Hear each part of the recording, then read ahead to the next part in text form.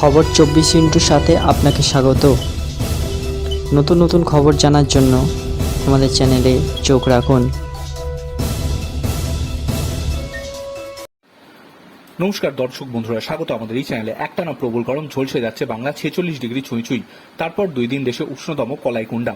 শনিবারই কলাইকুণ্ডার তাপমাত্রা উঠে গিয়েছিল 45.8 ডিগ্রি সেন্টিগ্রেডে। 1 মে পর্যন্ত দক্ষিণবঙ্গ জুড়ে তাপপ্রবাহের সতর্কতা। 4 দিন তাপপ্রবাহের কমলা সতর্কতা থাকছে কলকাতাতেও। মঙ্গলবারের পর কিছুটা গরম কমে যাবে উত্তরবঙ্গে, তবে দক্ষিণবঙ্গে এখনো বৃষ্টির ইঙ্গিত নেই। বিগত কয়েকদিন ধরেই কলকাতার তাপমাত্রা 40 ডিগ্রির ঘরে ঘোরাফেরা করছে, এখনো বদলাচ্ছে না পরিস্থিতি।